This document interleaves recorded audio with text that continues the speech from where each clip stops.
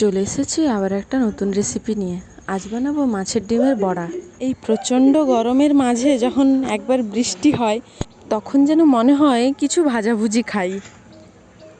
তো বৃষ্টির সাথে মাছের ডিমের বড়া পুরো জমে গেল। তো চলো রান্নাটা কিভাবে করেছি দেখে নাও। পরিমাণ মতো মাছের ডিম নিয়ে নিয়েছি, দিয়ে দিয়েছি 2 চামচ লঙ্কার গুঁড়ো, পরিমাণ মতো লবণ, হলুদ, বেশ কয়েকটা কাঁচা লঙ্কাকে কুচি করে নিয়েছি, বেশ কিছুটা পেঁয়াজ কুচিও নিয়েছি। ভালো করে হাতের সাহায্যে মেখে নেব। যখন ভালো করে মাখানো হয়ে যাবে তখন দিয়ে দিব পরিমাণ মতো বেসন। এখানে বেসনটা মাছের ডিমের সমানভাবে দিলে হবে না, অল্প পরিমাণে একটু দিতে হবে। দেখো মাখানো আমার হয়ে গেছে। গ্যাস জ্বালিয়ে দিয়েছি, প্যানটা বসিয়ে দিয়েছি, তাতে দিয়ে দিয়েছি পরিমাণ মতো সাদা তেল। যেহেতু বড়া করব এখানে বেশি তেল লাগবে না। মাছের ডিমগুলো এইভাবে একে একে বড়ার মতো করে দিয়ে দিব। তোমাদের কাদের কাদের এই মাছের ডিমের বড়া খেতে ভালো লাগে অবশ্যই আমায় কমেন্টে জানাবে।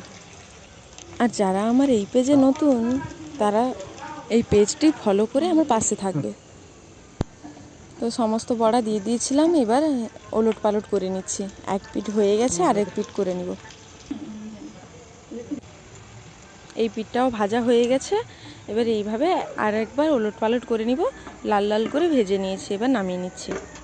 এই রেসিপিটা কেমন লাগলো তোমাদের অবশ্যই কমেন্টে জানাবে। ভালো লাগলে লাইক শেয়ার করতে ভুলবে না যেন। দেখো দেখতে তো বেশ সুন্দরই লাগছে।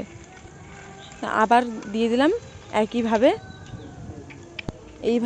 একইভাবে ওলট পালট করে ভেজে নিব। এইভাবে ভাজতে ভাজতেও আমি একটা খেয়ে দেখেছিলাম, খেতে তো খুবই সুন্দর। একেবারে এইভাবে গরম গরম পকোড়া বা বড়া খেতে খুবই ভালো লাগে। আমি তো ওই বড়াগুলো বানাতে বানাতেই কয়েকটা খেয়ে নিই। দেখো কতগুলো হয়েছে গরম গরম মাছের ডিমের বড়া।